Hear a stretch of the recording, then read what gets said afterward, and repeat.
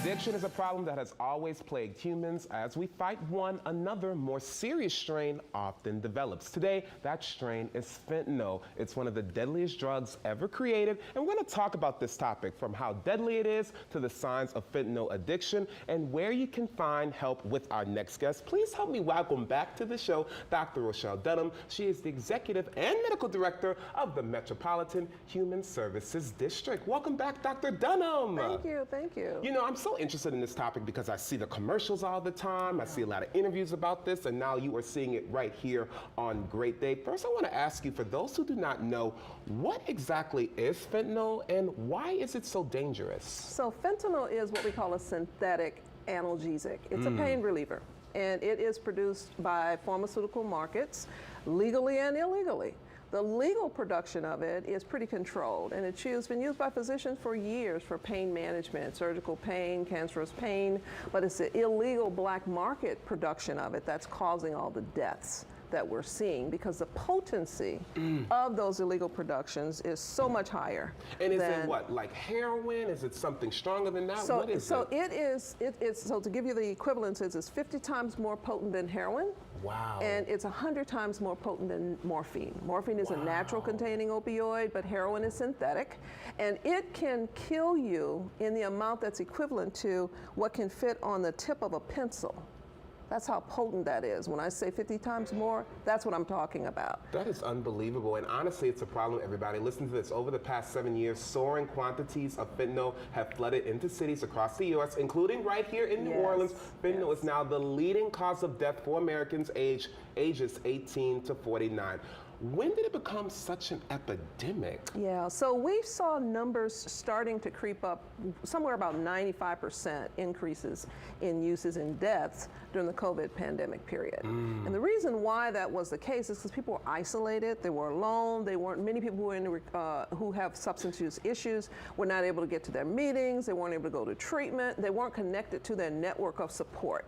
And so the loneliness alone is a cause of depression and grief, and we're seeing a lot of cases of suicide because of loneliness. Well, in the case of a person with substance use disorder, then they use, you know, there are things that you do when you're lonely, when I'm lonely, but what they do is they'll use drugs. And because of the availability of it in so many different forms, people were using it and not knowing that they're using it. So it's not always about people seeking fentanyl, but often it's using things that you don't even know it's in. For example, the pharmaceutical illegal companies that are making it, they are putting it in pharmaceutical pills. So you don't know if a Tylenol off the street has fentanyl in it or not. Wow. You don't know whether an Advil off the street has fentanyl, not to mention the prescription medications. So the rule of thumb is to don't take anything that is not a prescription from a reputable pharmacy or has been purchased over the shelf at a reputable pharmacy. Because unfortunately, people can then get addicted to fentanyl. And I'm wondering, for people who are wondering what are the signs of addiction to fentanyl, what are some of those signs? So addiction to fentanyl is just like addiction to OxyContin and the other opioids. The issue is it's not even just the addiction, it's the fact that it's so lethal in such a small amount. So most people are at risk of dying when they use fentanyl. And so the signs that a person is having an overdose from it, pinpoint pupils, people looking pale, they're not breathing. Because what it does is it literally stops your lungs from moving. Really? It causes respiratory depression. Signal to the brain, stop breathing. It's the equivalent of drowning without water. And is that why people often go for it? Because if their body is without it, then they go into all of these So generally processes? With addiction, you crave and you have cues around you that remind you of your addiction and you want it. Your brain tells you you need it in order to survive. And so they're on a trajectory to only get a substance to increase their dopamine level and to increase the pleasure that they're accustomed to. The thing about psychoactive substances, though, is over time you develop tolerance. So you need more to get the same effect. So if people are wondering, like say they do take that Tylenol off the street or that Advil off the street, which you should not be doing, okay, there are these testing strips out there that can help people find out if they're having an overdose or even if it's in their system. Tell me about that. Yeah, the testing strips are intended, it's a harm reduction method to make sure that even if you do take something, you're not taking it because you want to die. You're taking it because you want a different kind of effect. So you can test the substance with the test strips to see if there's fentanyl in it before you take it. That's the whole purpose And of are that. those available over the counter, or you have to get like doctor's orders? Yeah, they would have to contact our agency, Metropolitan Human Services District, 504-568-3130 or www.mhsdla.org to find out how to get in touch with us to get fentanyl strips. Come on, you're seeing all the information on the bottom of your screen. You all offer so many different services. I want to show everybody the services you all offer.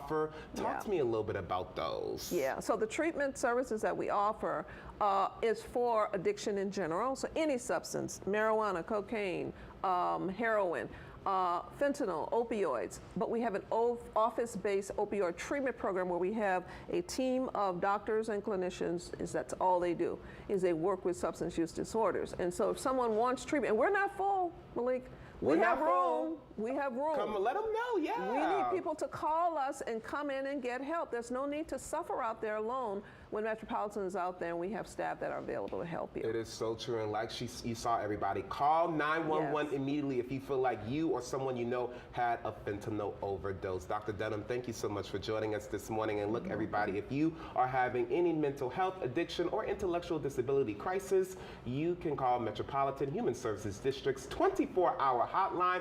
It is 504-826-2675. You can also call their main line. You're seeing the number on your screen. They are located right here in the area at 3100 General de Gaulle Drive. And for more information, mhsdla.org.